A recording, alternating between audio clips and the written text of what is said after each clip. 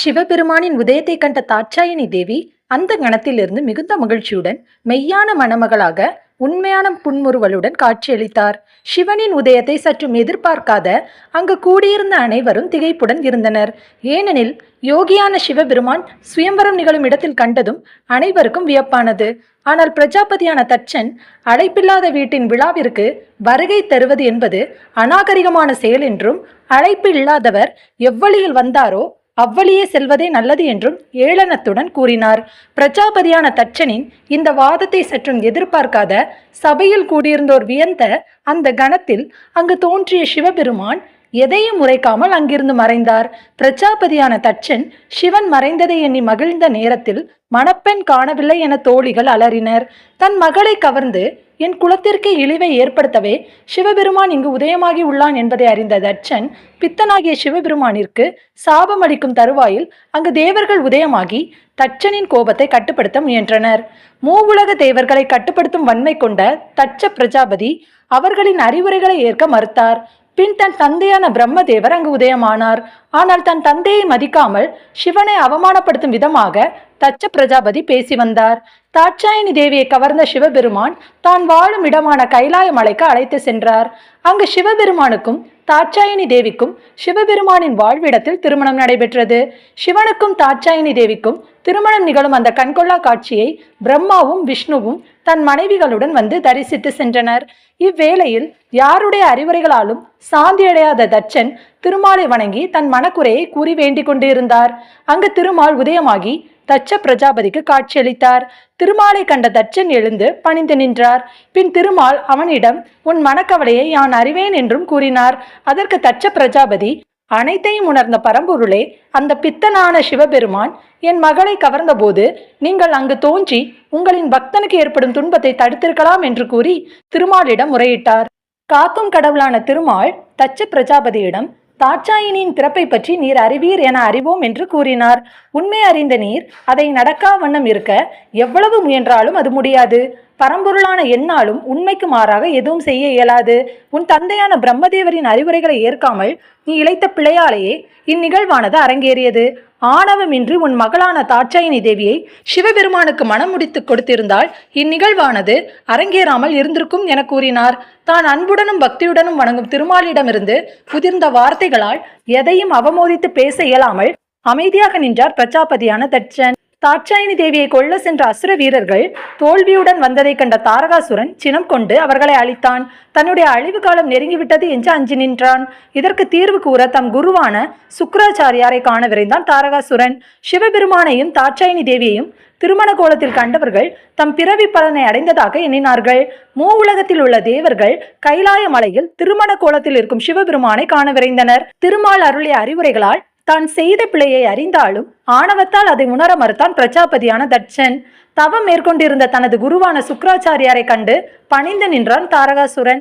தாரகாசுரனின் மனக்குழப்பத்தை அறிந்த சுக்கிராச்சாரியார், நீர் கொண்ட மனக்கவலையை அறிவேன் என்றும் நம் இனம் செழிப்புற வேண்டி இந்த தவநிலையை மேற்கொண்டு உள்ளேன் என்றும் தன் தவம் நிறைவேறும் வரை அமைதியுடன் இருக்குமாறு கூறி பின் மீண்டும் தன் தவத்தை மேற்கொண்டார்.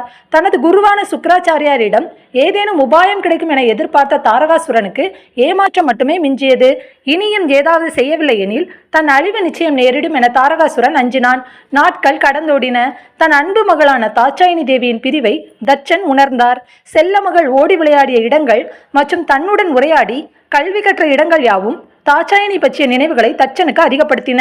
தாட்சாயினி தேவி தன் தந்தையின் சம்மதம் இல்லாமல் தன்னுடைய திருமணம் நிகழ்ந்ததால் தன் மீது தந்தை மிகுந்த கோபத்தில் இருப்பார் என்றும் தன்னை காண வரமாட்டார் என்றும் எண்ணினார். தான் விரும்பிய வாழ்க்கை அமைந்தாலும் தன் பெற்றோர்களின் ஆசிர்வாதமின்றி தன் திருமணம் நிகழ்ந்ததை எண்ணி மனம் வருந்தினார். தன் மனைவியான தாட்சாயினியின் மன வருத்தத்தை அறிந்த சிவபெருமான் தேவியின் மனம் மீண்டும் வருத்தப்படாதவாறு நடந்து கொண்டார். அமைதியாக இருந்த கைலாய மலையில் பாடல்கள் பாடிய வண்ணம் இருந்தன. எம்பெருமானின் இச்செய்கையால் தான் மனதில் அடைந்த கவலையை முழுவதும் மறக்க முடியாத பட்சத்திலும் தான் விருப்பப்பட்டு மனமுடித்த கணவர் முன்னிலையில் மகிழ்வாக இருப்பதாக புன்முறுவலுடன் காட்சியளித்தார் தாட்சாயினி தேவி. புன்முறுவலுடன் காட்சியளித்த தேவியை கண்ட எம்பெருமானான சிவபெருமான், தேவியே, இனி நாம் சம்பந்தப்பட்ட முடிவுகள் எதுவாயினும் சரியோ தவறோ அதை நீரை முடிவு செய்வாயாக என கூறினார். சிவனின் அன்பு மிகுதியால் கூறிய இவ்வார்த்தைகளை கேட்டு அதிர்ச்சி உச்ச தாட்சாயினி தேவி, இது உசிதமல்ல என்றும் நான் சரியான முடிவுகள் எடுக்க முடியாத பட்சத்தில் பிழைகள் ஏதோ உருவாகக்கூடும் என அஞ்சினார். சிவபெருமானோ என்னில் பாதியான நீ சரியான முடிவை மட்டுமே எடுக்கக்கூடும் என்றும் ஒருவேளை அதன் பொருட்டு ஏதேனும் விளைவுகள் உண்டாகுமானால் அதை நான் சரி செய்வேன் என்றும் கூறினார்.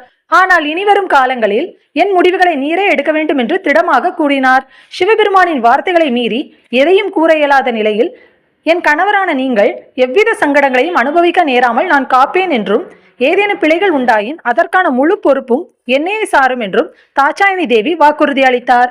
தாரகாசுரன் ஒன்றிணைந்த சிவபெருமானையும் தாட்சாயினி தேவியையும் பிரிக்க ஏதேனும் வழியுண்டா என சிந்தனையில் ஆழ்ந்தான். ஏனெனில் தாட்சாயினி தேவி இருப்பது எம்பெருமான் வாழும் இடத்தில்.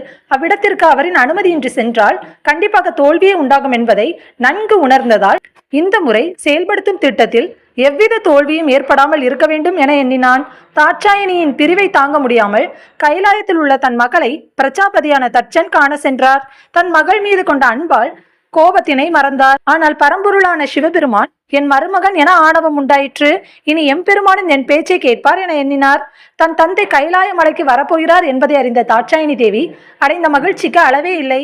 தன் தந்தையின் வருகையை அறிந்து அவரின் விருப்பம் போல் கைலாய மலையில் தன் கணவனான எம்பெருமானின் ஆதரவால் சில மாற்றங்களை செய்தார். தந்தையின் வருகையால் மிகவும் மகிழ்ச்சி அடைந்த தாட்சாயினி தேவி தந்தையின் காலில் விழுந்து பணிந்து ஆசிர்வாதம் பெற்றார். ஆனால் எம்பெருமானான சிவபெருமான் அவர் அமர்ந்த இருக்கையிலிருந்து எழாமல் இருக்கும் இடத்திலிருந்தே அவரின் வருகையை வரவேற்றார்.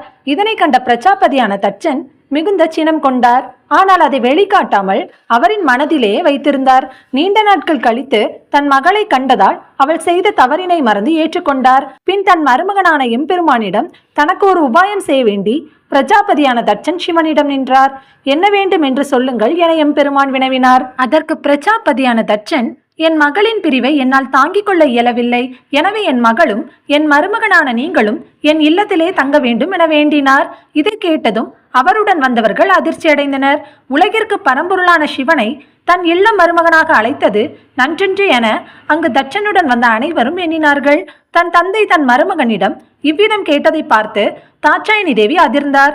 மேலும் தன் கணவர் இவருக்கு எவ்விதம் பதில் உரைப்பார் என்றும் அந்த பதிலால் தான் சினம் கொள்ளாமல் அமைதி காக்க வேண்டும் எனவும் தாட்சாயினி தேவி எண்ணினாள். பிரஜாபதியான தட்சன் கேட்டதில் எவ்விதமான சினமுமின்றி அமைதியுடன், பிரஜாபதியே, தாங்கள் வேண்டிய கேள்விக்கான பதிலை என் மனைவியான தாட்சாயினி தேவி கூறுவார் என்று சிவபெருமான் கூறினார். இனி தன் மனைவி எடுக்கும் அனைத்து முடிவுகளுக்கும் நான் மனப்பூர்வமாக சம்மதிப்பேன் என்று கூறினார்.